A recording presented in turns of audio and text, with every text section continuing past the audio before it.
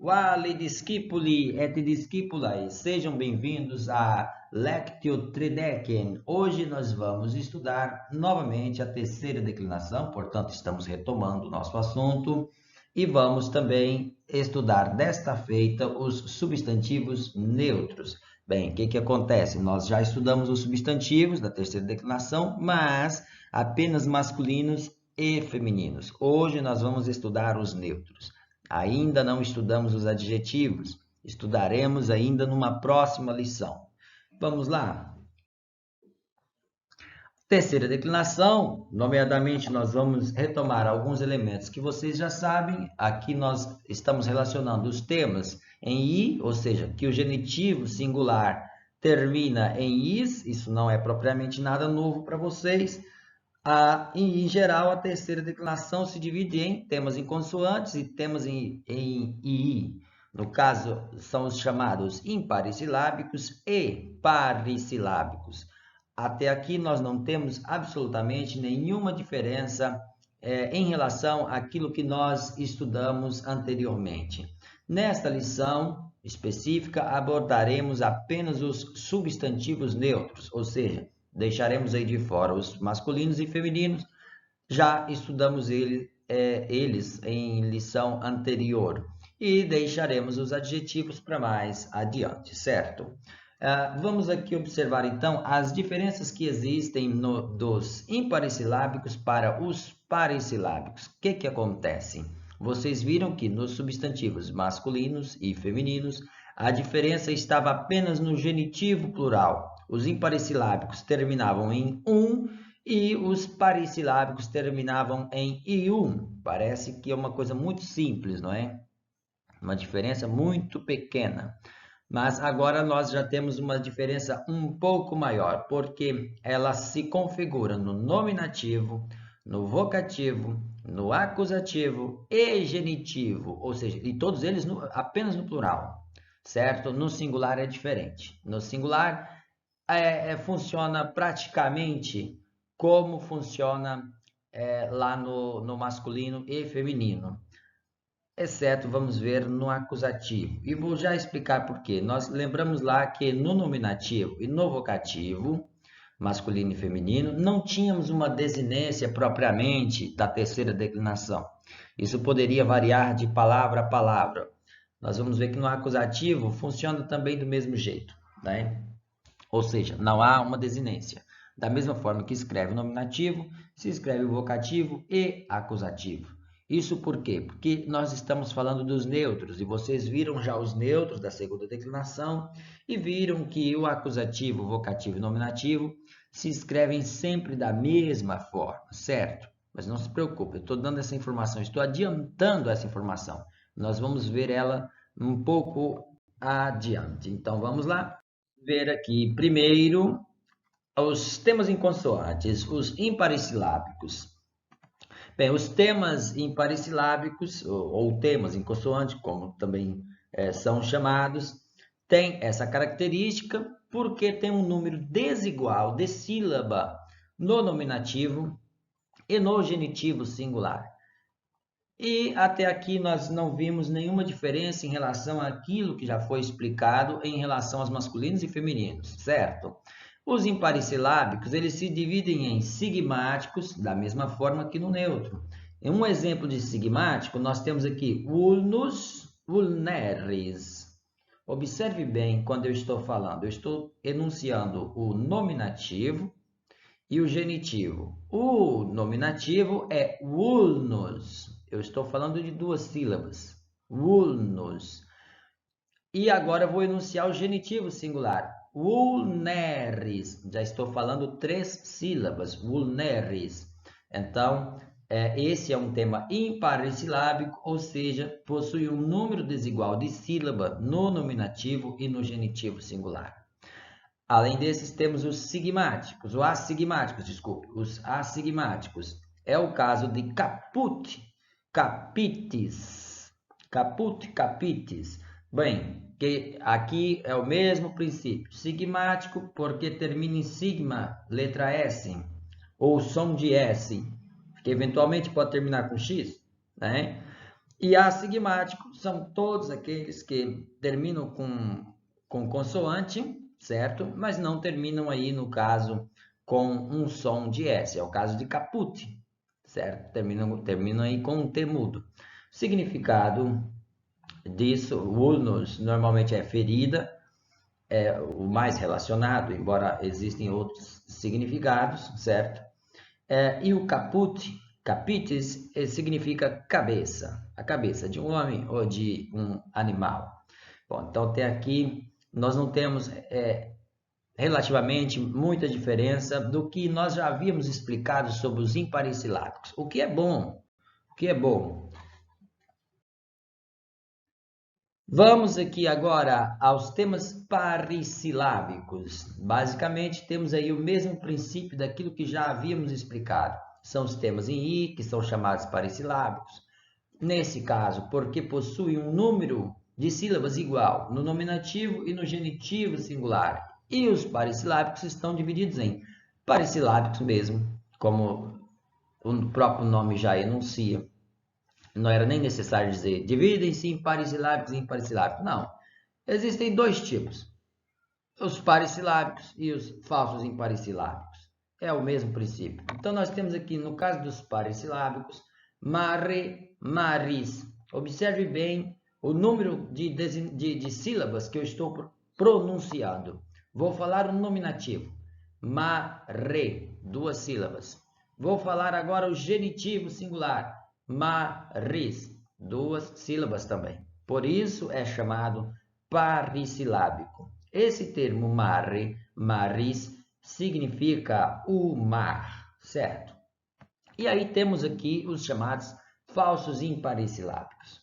Bom, se vocês forem aos manuais de latim, eles não vão especificar dessa forma, os parisilábicos estão divididos em 2 grupos. Não, ele vai te apresentar os parisilábicos, mare, maris, por exemplo, e vai te dizer, olha, aqui no grupo dos parisilábicos existem também aqueles chamados falsos imparisilábicos, ou seja, são aqueles que têm número de sílabas diferentes no nominativo e no genitivo singular, mas se declinam tal qual os parisilábicos. Bem, não temos aí relativamente nenhuma diferença daquilo que também havíamos explicado sobre os substantivos masculinos e femininos.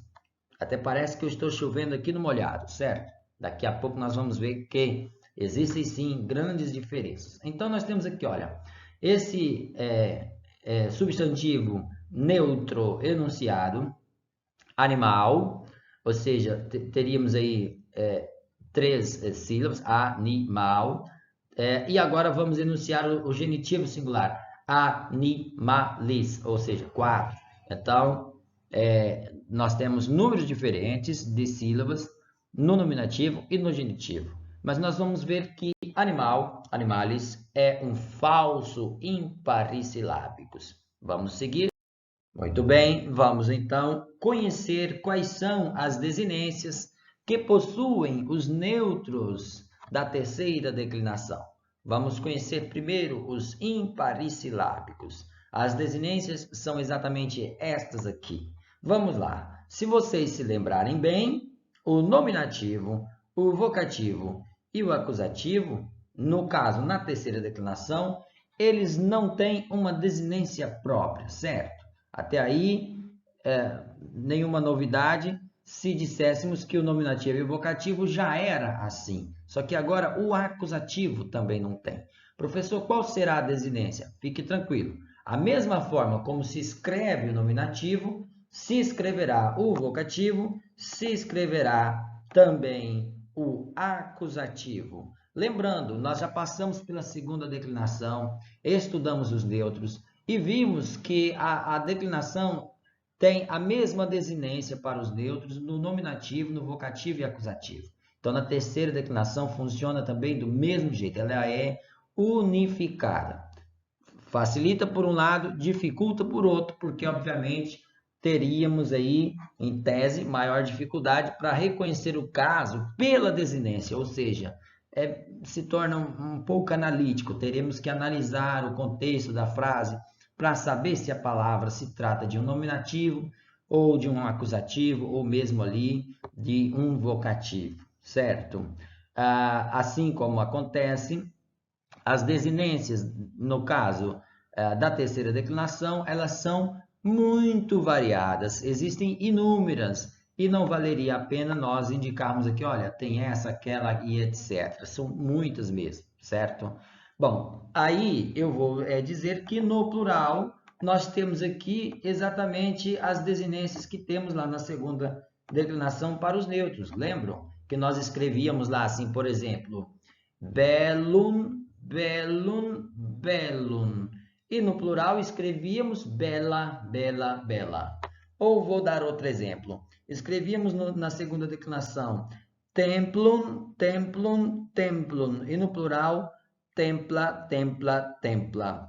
Os imparisilábicos da terceira seguem exatamente a mesma desinência no caso da segunda declinação aí, no nominativo, no vocativo e no acusativo. Mas calma, é só aí.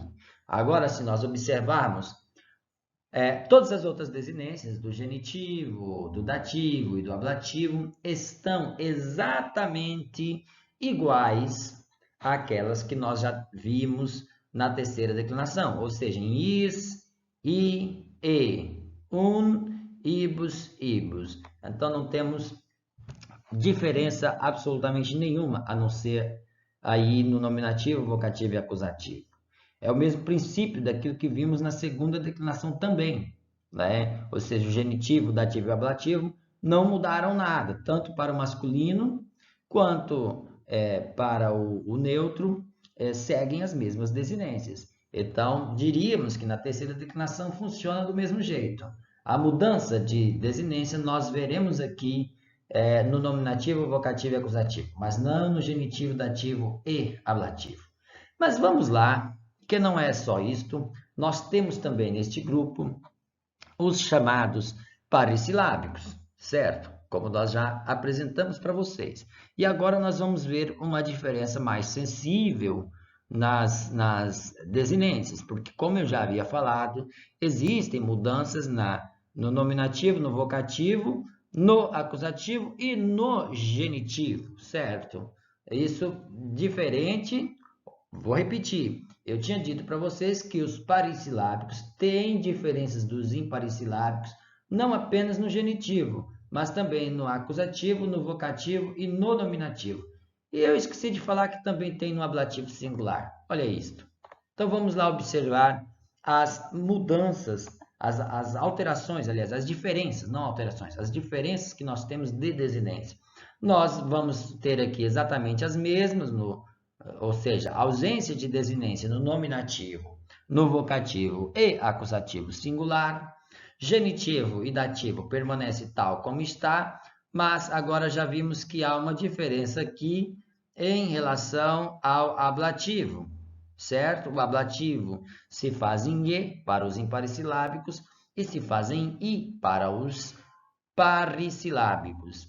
Mas também o plural do nominativo, vocativo e acusativo se faz em ia.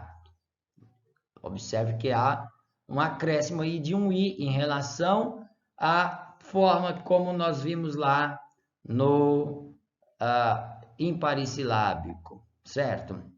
E além disso, a mudança que já conhecíamos lá no genitivo plural, que os imparisilábicos fazem um e os parissilábicos faz em ium.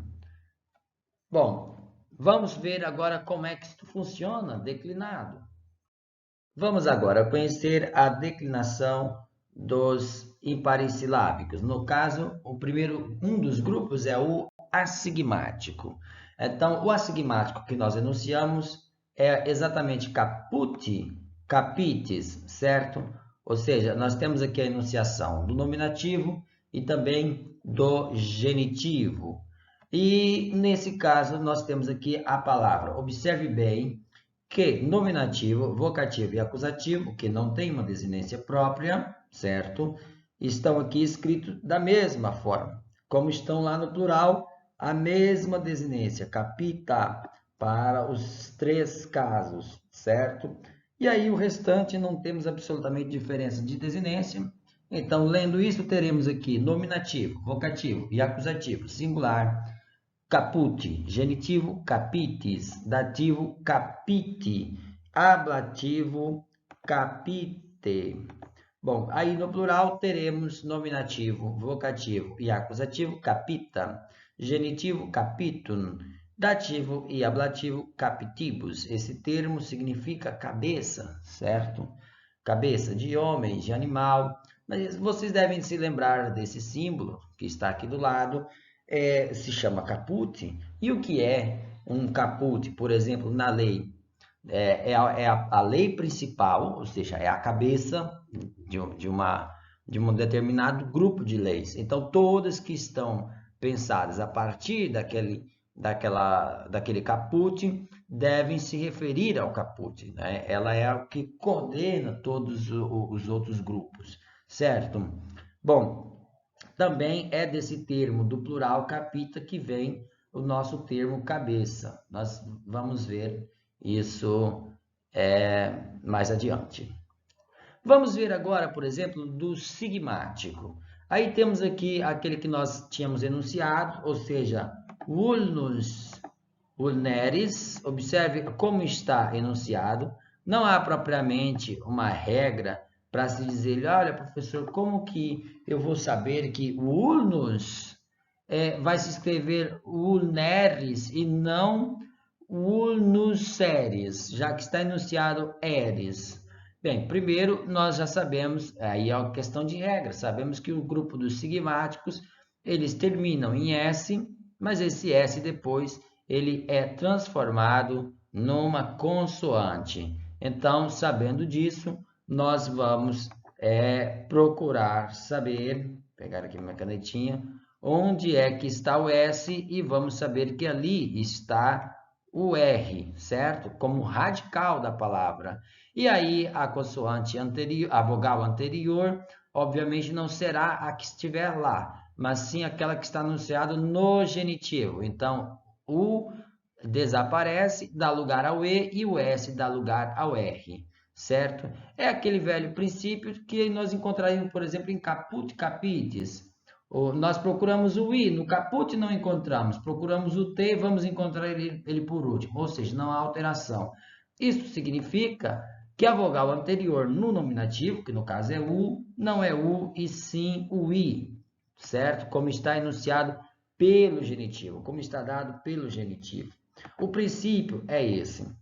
Bem, mas aí parece que é difícil, enfim, de reconhecer e tudo.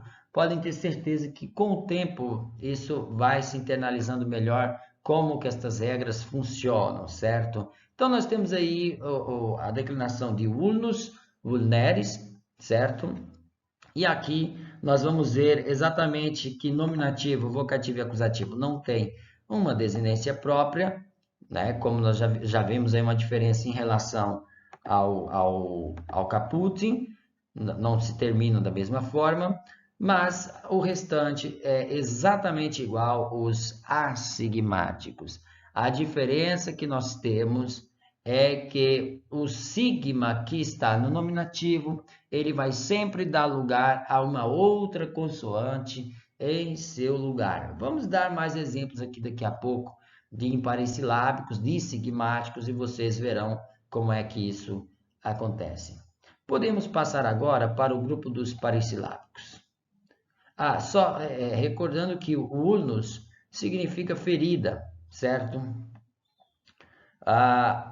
Alguns dicionários vai escrever, desculpa, esse primeiro U como um V, ou seja, vulnus, vulnus. Então temos aqui vulnus, vulnus, vulnus, vulneris, vulneri, vulnere. E no plural teremos vulnera, vulnera, vulnera, vulnerum, vulneribus, vulneribus. Então vamos passar para os paressilábicos mesmo agora. Como é que se declinam os paressilábicos, certo? Então, nós temos aqui um termo que já enunciamos, mare, maris. Aqui já sabemos que é um paressilábico pelo número de desinências, certo? E aí temos aqui a sua declinação.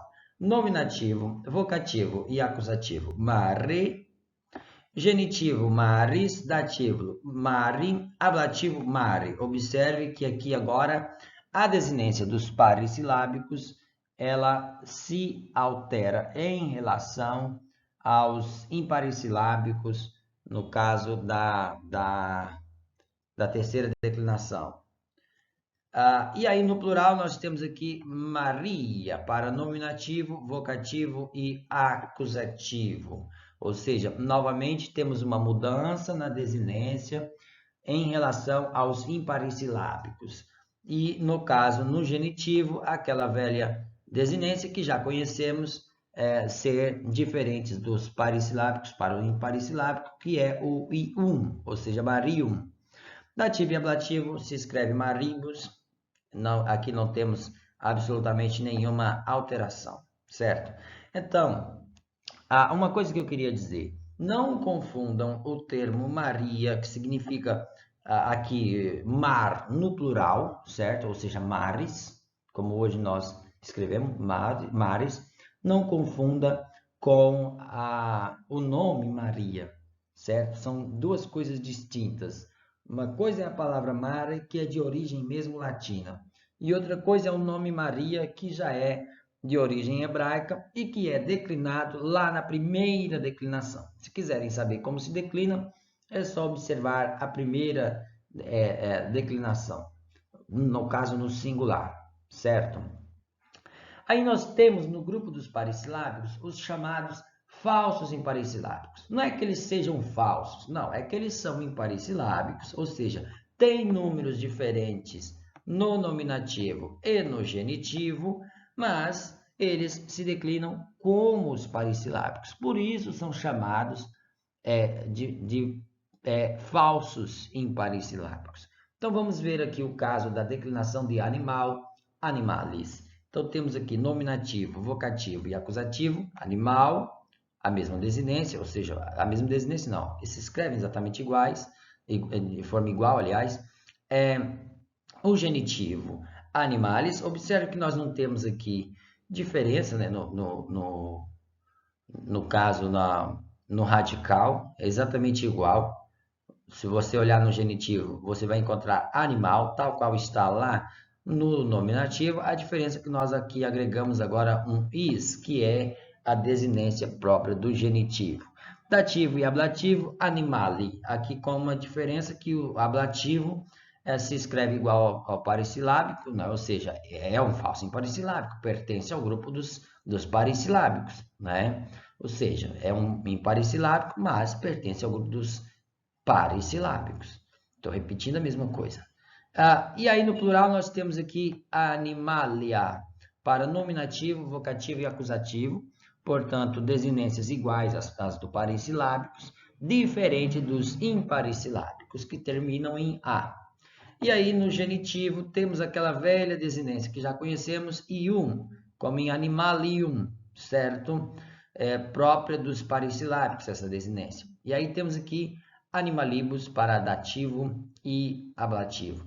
Esse termo significa animal, significa mesmo animal, né, como nós já havíamos falado. E aqui no plural teríamos o quê? Animais, certo? Animais. Inclusive tem uma série televisiva, não sei se já assistiram. Eu, por acaso, quando assisti, gostei bastante. Eu sei que já passou no Brasil também, que se chama Animalia. Se eu não me engano, essa série é de origem francesa. E é interessante como eles optaram por colocar esse nome a partir do latim, né? Animalia. Até porque o termo já significa animais. Vamos lá? Bem, e vamos ver então a aplicação, ou seja, algumas palavras que são da terceira declinação, no caso substantivos neutros, que se declinam tal como estas que nós apresentamos para vocês. Ou seja, nós temos aqui primeiro o grupo dos sigmáticos, é o caso daqueles que terminam o nominativo em S ou com som de S, ou seja, som de sigma, e que depois esse S vai desaparecer e dar lugar a uma nova consoante para a formação de um radical, né? É o caso de ulnus, ulneres. Então, nós temos aqui esse grupo no caso, a primeira palavra, corpus. O genitivo é corporis, ou seja, aqui tem o R, uma nova consoante para o radical, há uma alteração do nominativo para o genitivo. Corpus, corporis, significa corpo. Aliás, o feriado de amanhã se chama Corpus Christi em português, não é? Corpus Christi, em português não, em latim, está escrito em latim. Christi é uma palavra da segunda declinação, no caso é um genitivo singular, ou seja, de Cristo, e corpus é exatamente o nominativo aqui, Corpus Christi. Então temos aí corpo de Deus. Inclusive em Portugal eles não usam o termo latino para esse feriado, eles usam o termo mesmo em português, feriado de corpo de Deus. Né? Acho que até as massas elas entendem muito melhor corpo de Deus do que Corpus Christi. Né? Embora me agrade muito mais o termo Corpus Christi. Mas enfim, é só uma questão de gosto. Mas eu acho que realmente muitas pessoas acabam por não entender o que é exatamente o termo, né? Corpus Christi. Eu até morei numa rua que chamava Rua Corpo de Deus, em Coimbra.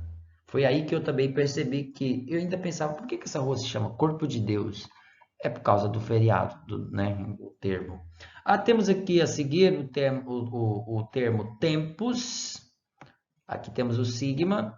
Temporis, agora o novo radical a partir de R.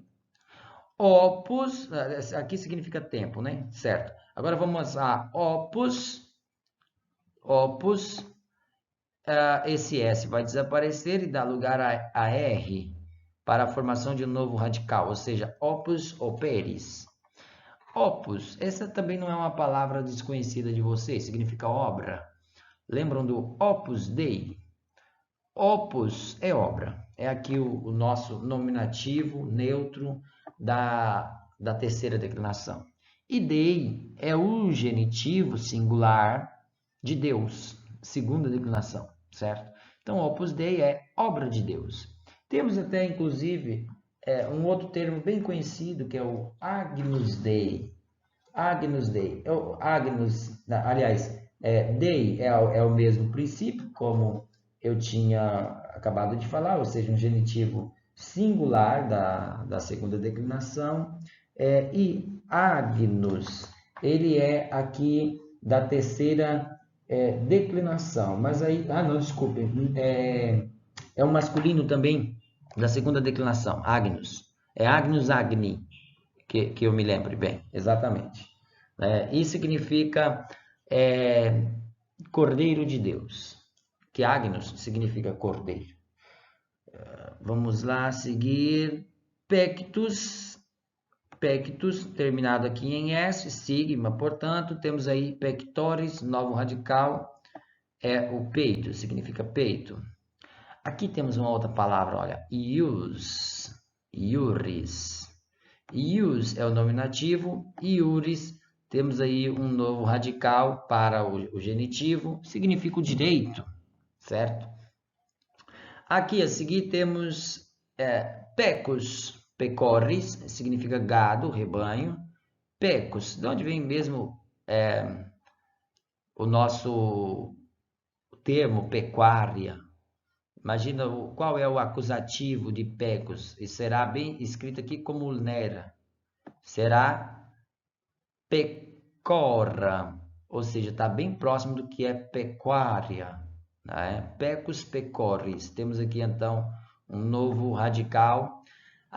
Pessoal, aqui tem um outro termo agora que vocês devem conhecer, os, ores, com o significado de boca, né? Exame oral, por exemplo, enfim, via oral e assim por diante. Os, ores, significa boca e é um neutro aqui da terceira declinação. Isso acontece que no passado, buca, que é o termo que significa boca hoje, tinha o significado de bochecha. Só que ele foi transformado, com o tempo ele adquiriu o significado próprio de boca. E os, ores, acabou ficando perdido aí nessa passagem do latim para o português em termos de latim vulgar, que eu deixar bem claro isso, né? Ou seja, as mudanças que acontecem de uma língua, na evolução dessa língua, elas acontecem em vários campos. Ou seja, no campo morfológico, a palavra ela deixa de ser escrita de uma forma, passa a ser escrita de outra, né? Ela tem evolução fonética, enfim, ou seja, quando há transformação de determinadas sílabas, de determinadas consoantes, vogais, determinadas palavras. Ela tem alterações sintáticas, ou seja, forma de se escrever uma frase. No latim nós tínhamos, já vimos, começamos ali com o com o sujeito da oração, depois colocávamos o objeto e por último colocávamos o verbo. Já em português nós temos outra forma, nós colocamos primeiro o sujeito, depois o verbo e por último o objeto na oração, né? São alterações.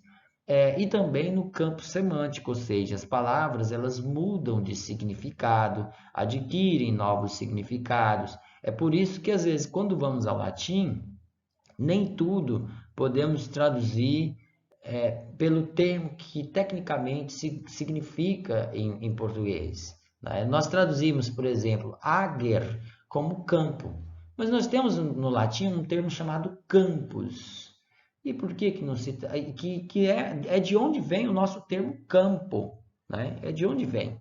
Mas por que não traduzimos campo do português para campus no latim? Porque o significado não é exatamente o mesmo. Houve alterações aí ao longo do tempo. Já expliquei isso, por exemplo, em relação à caça lá da primeira declinação, né? Então, em os, ores, aconteceu exatamente a mesma coisa, né? Houve uma alteração no significado do termo buca, que adquiriu o significado que era próprio de os, ores. Aqui do lado temos litus, terminado S também, litoris, significa litoral, neutro da terceira, isquelos, esqueleres, significa crime. Vamos passar agora para o grupo dos assigmáticos, ou seja, são aqueles que não terminam em S, mas também vai ter aí alguma alteração sensível no genitivo, até porque esse grupo aqui são os ímpares silábicos, ou seja, não tem a mesma quantidade de sílaba no nominativo e no genitivo. Então, temos aqui estes termos, certo? O primeiro é nomen, termina em N mesmo, nomen, nominis. Nominis, aqui tem o princípio de você procura a mesma consoante lá no nominativo, vai encontrar e vai a partir daí estabelecer qual é o radical. Nomen, nominis significa nome.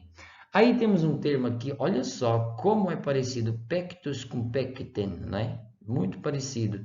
Mas pecten aqui é diferente, é só o nominativo que se assemelha, mas depois é totalmente diferente. Que pecten é pectinis, pectinis. Isso significa pente. Professores latinos tinham pente? Oh, se tinham. Esse pessoal que criou isto, né? Eles é que criaram o pente, enfim. Claro, estou falando isso, mas não é exatamente assim.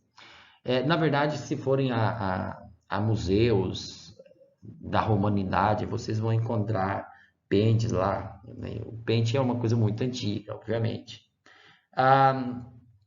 Daqui mesmo, de pecten, vem o nosso termo pente.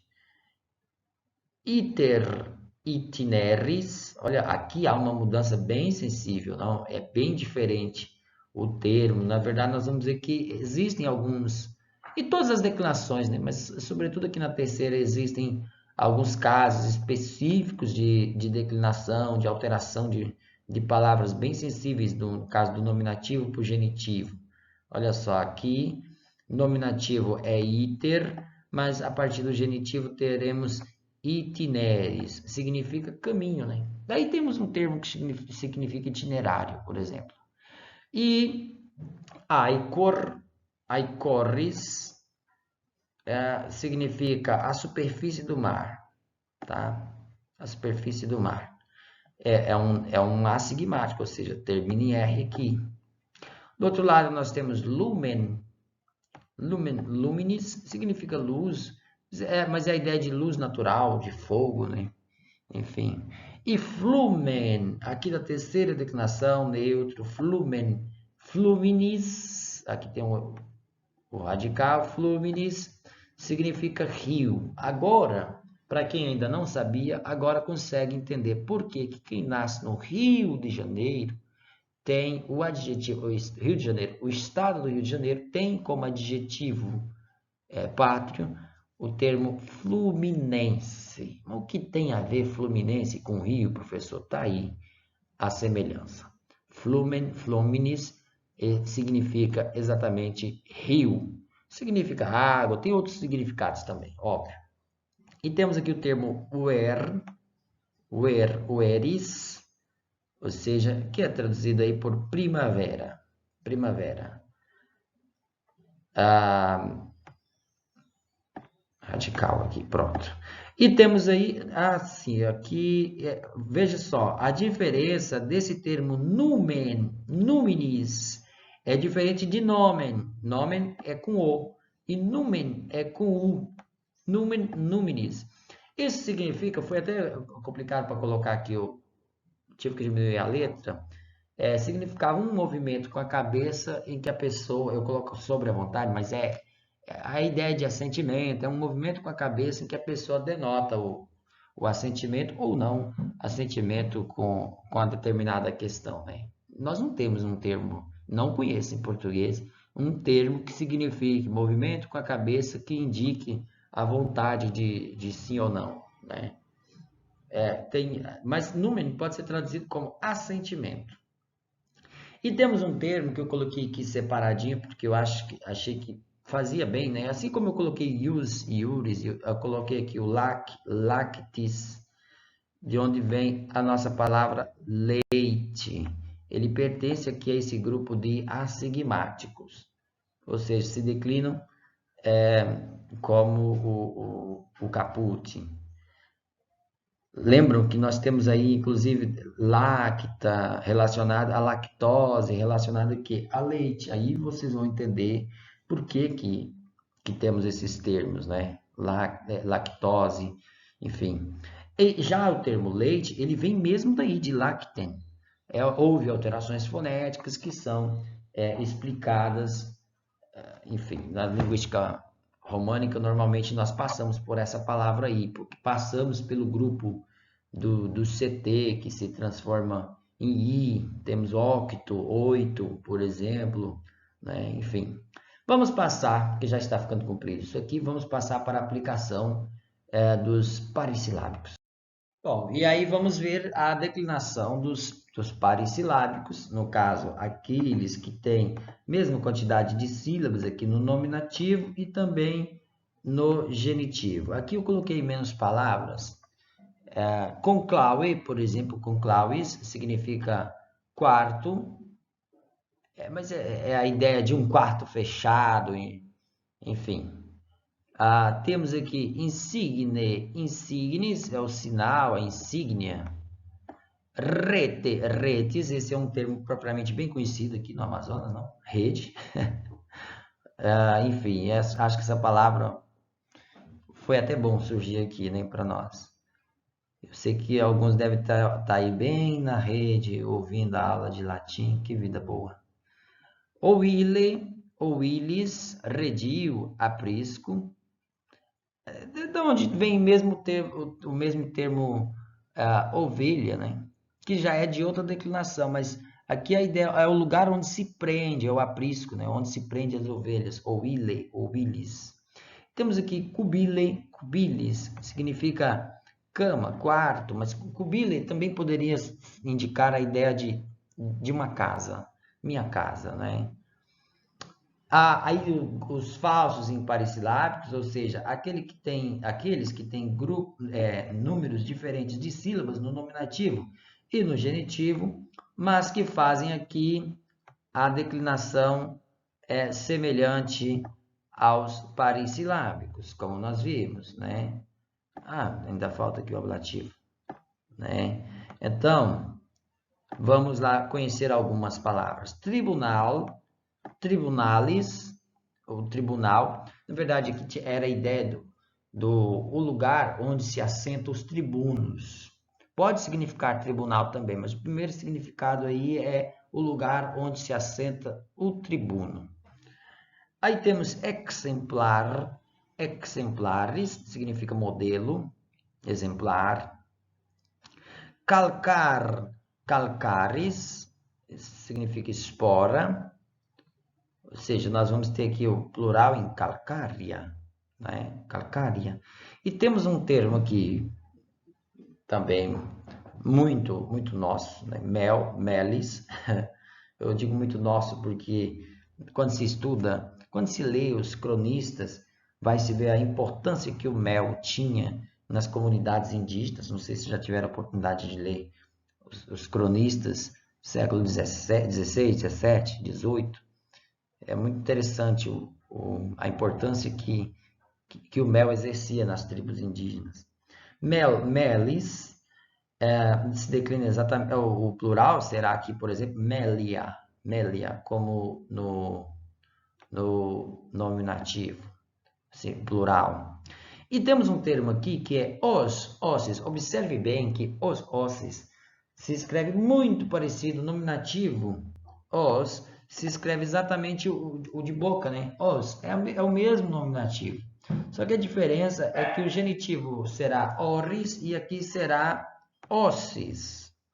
A outra coisa que eu destaco, por isso que eu coloquei aqui esse símbolozinho, é que, na verdade, os ossis só tem aqui a diferença, né, dele com os imparisilábicos, propriamente dito, é que ele faz o genitivo em ium.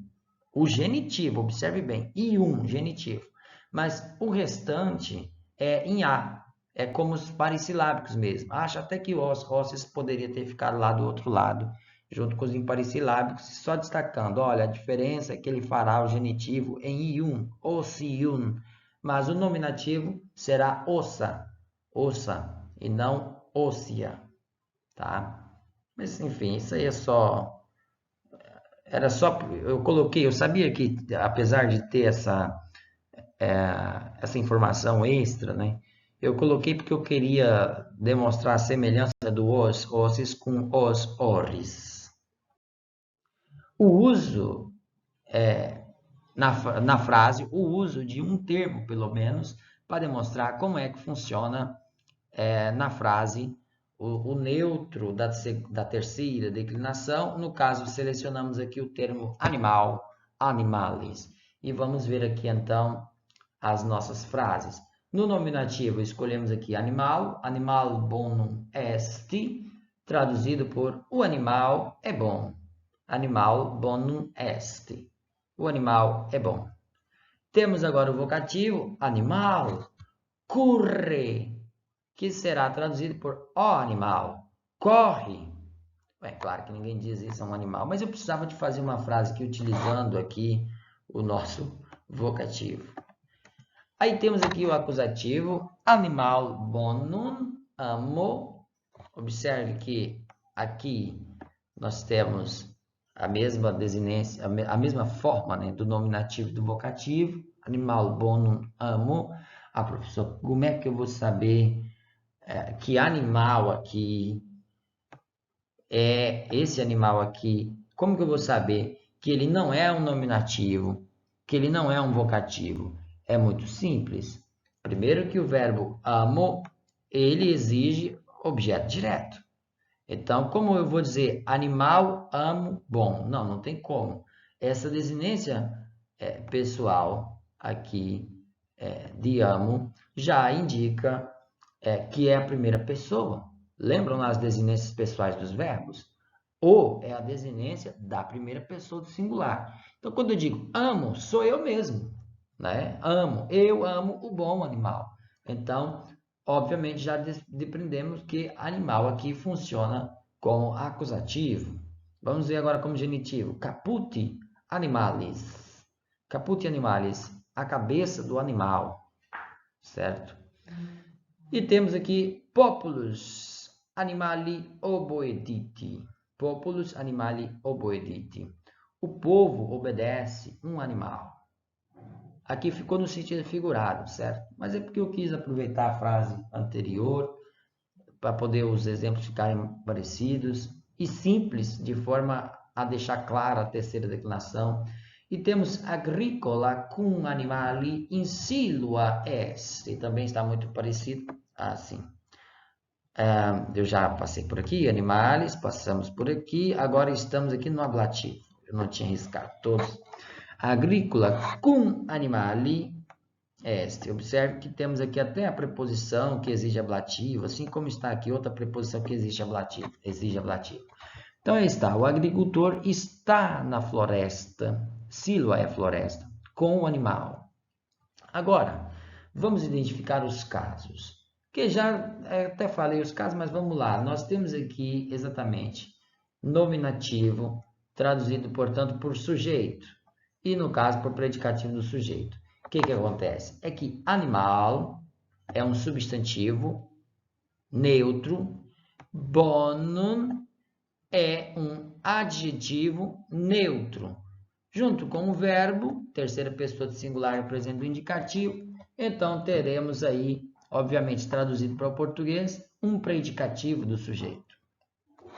A seguir, no vocativo, nós temos aqui animal, um vocativo, novamente, substantivo neutro, traduzido por vocativo, ó animal. Curre é um verbo lá da voz imperativa, certo? Voz imperativa. No presente também. Corre para a segunda pessoa. Aí nós temos aqui, na forma do acusativo, a terceira frase, toda ela está em acusativo, ou seja, o que eu tenho aqui, animal, é um substantivo neutro e bonum, um adjetivo neutro. Então, traduzido aí por objeto direto. Amo, já falei, primeira pessoa do singular presente do indicativo. Caput animalis. Caput, vocês se lembram que nós declinamos, inclusive. Aqui é um nominativo e é um substantivo masculino. Animalis, aí traduzido por cabeça, animalis é um genitivo, portanto, está aqui, animalis, certo? E, nesse caso, é a cabeça do animal. Agora, imagine, se eu colocasse a cabeça dos animais, enfim, ficaria um pouco estranho a cabeça dos animais, mas aí seria aqui animalium, por exemplo. É só para dar esse exemplo. Eu teria que colocar capita animalium, ou seja, as cabeças dos animais. Porque tecnicamente não existe a cabeça dos animais. Não, cada animal tem a sua própria cabeça, né? Por isso seria capita animalium. Esse é até um bom exercício, pegar todos esses exemplos aqui e passar para o plural. Populus animali oboediti. Vamos aqui também classificar esses casos. Populus é um substantivo masculino, lá da segunda declinação, traduzido aqui pelo sujeito povo.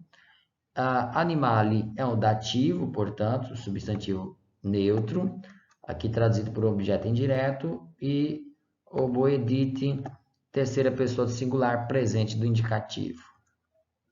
Agrícola no caso, um substantivo masculino lá da primeira declinação, traduzido por o agricultor. E aí temos cum animali, é um ablativo. Também silva é um ablativo. Mas observe bem, animali é aqui o substantivo neutro da terceira declinação. E silva é um substantivo feminino lá da primeira declinação. E aí traduzido por adjunta adverbial de lugar, no caso a floresta, o lugar em que eles estão, e adjunta adverbial de companhia, ele está com o animal. Bem, e aí nós sempre encerramos a nossa lição fazendo alguns comentários do latim ao português, nesse caso da terceira declinação, vamos observar como é que os substantivos neutros da terceira declinação chegaram na língua portuguesa, né? Nós já sabemos que os neutros desapareceram como gênero. O que é que isso significa? Nós já falamos isso anteriormente, né? Mas deixa eu deixar isso mais claro. Isso não significa dizer que as palavras desapareceram. Não, elas não desapareceram. As palavras elas estão aí na língua portuguesa. Algumas sofreram algumas transformações fonéticas, morfológicas, né? Mas elas estão aí vivas. Só que elas mudaram de gênero, porque no caso, as línguas românicas deixaram de entender o gênero neutro como um gênero e passaram a associar as suas palavras a outros gêneros. Então, significa dizer que estas palavras migraram para o masculino ou para o feminino, deixando o neutro assim, digamos, esvaziado de palavras, né? Então, já que não tem palavras mais neutras, não significa mais, não tem mais sentido dizer que esse gênero existe na língua, já que não tem palavras que pertencem a este gênero. Mas esse processo, ele é longo, ele é moroso, não é assim rapidamente. Então, por exemplo, as formas acusativas da terceira declinação, elas vieram a masculino, da terceira declinação. Aqui eu quero mostrar para vocês como é que isso funciona. Terceira declinação. Significa o quê? Aí nós temos três termos aqui como exemplo, né? Lacten, maren e pectorin, no caso, terceira declinação, conservaram aí as marcas do neutro, se confundiram com as marcas dos masculinos. Já vimos que a terceira declinação tinha ali os masculinos e femininos, certo? O acusativo se fazia em en, acusativo singular. Então, com o passar do tempo, os latinos deixaram de falar lac para o acusativo. Lembram o acusativo? Se escrevia igual ao nominativo. Lac, lacten, lactis. E passaram a falar lacten. Acontece que en é uma desinência própria dos masculinos e também femininos, aí da terceira declinação. Por isso é que nós temos leite no português, terminado em E, e sendo masculino. É o leite e não a leite, certo? É o leite. Bom, mas nós já observamos aí, houve uma alteração na forma enfim, de fazer a desinência do acusativo do neutro, que era lac, passa a lacten. E aí, isso interfere também na forma de fazer o plural. Ou seja, o plural era lacta, ele passa a lactes. Por isso, nós temos leite, leites, certo? Aí vamos lá ao mesmo caso de mare. Aqui está um pouco mais fácil para nós percebermos isso, porque o acusativo era mare. Então, houve apenas aí, haveria em tese apenas o acréscimo do M. Mas, na verdade, nós vamos observar que não houve o acréscimo do M, porque, na verdade, o M caiu lá dos acusativos na passagem do latim para o português, certo? Isso é só nós pensarmos assim como as palavras aconteceram. Por exemplo, rosan, o M caiu e ficou o termo rosa no português. Isso primeira declinação. Ou pegamos aí na segunda declinação o termo dominum, por exemplo, dominum. O M cai e teremos aí domino, ou seja, dono. É o nosso termo como nós herdamos a partir do latim, né? Então, o M também cai da terceira declinação. Então, houve uma confusão aqui de mare com outras formas que também terminavam em E e que, na verdade, eram masculinas, certo? Então, aí o que acontece em seguida? Esse E cai e fica o nosso termo mar.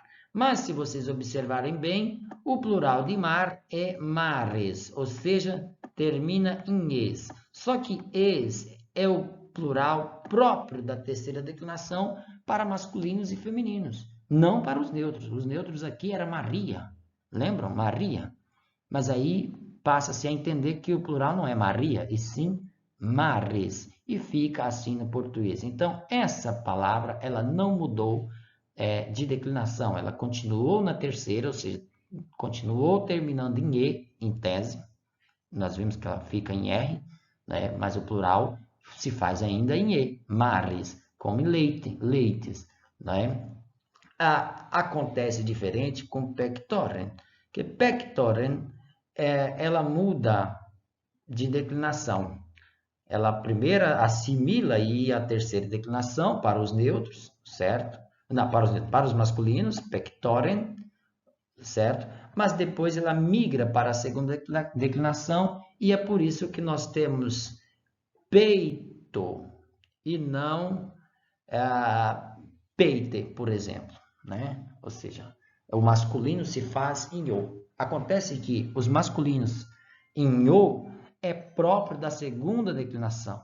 Os masculinos em e são próprios da terceira declinação. E os femininos em a são próprios da primeira declinação. Os femininos em e são próprios da terceira declinação. Estamos entendidos? Agora vamos observar algumas palavras que terminavam em a e que tomavam aí, portanto, forma do feminino. É o caso de capita, cabeça. Ou seja, por isso que nós entendemos a cabeça como feminino. Lá na segunda declinação nós temos alguns termos, assim, já mostramos alguns termos que passaram para o português com entendimento de feminino a partir dessa desinência que era própria do acusativo plural.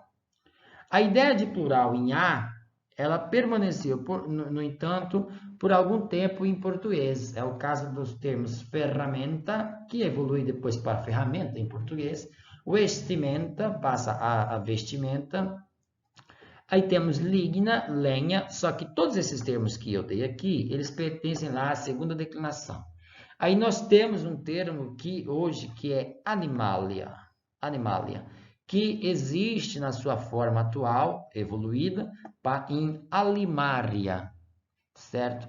Mas por um tempo a alimária tinha o sentido de plural, ou seja, animais juntos, né? Alguns nomes mudaram antes de declinação ao passarem para o masculino. É o caso que eu falei do pectus, pectoris, ou seja, ele estava aqui anteriormente, eu citei, ele sai primeiro dos neutros da terceira declinação, passa pelos masculinos da terceira e aí, por fim, é assimilado à segunda declinação. Em parte, isso é ajudado pela forma como termina o seu nominativo, ou seja, pectus.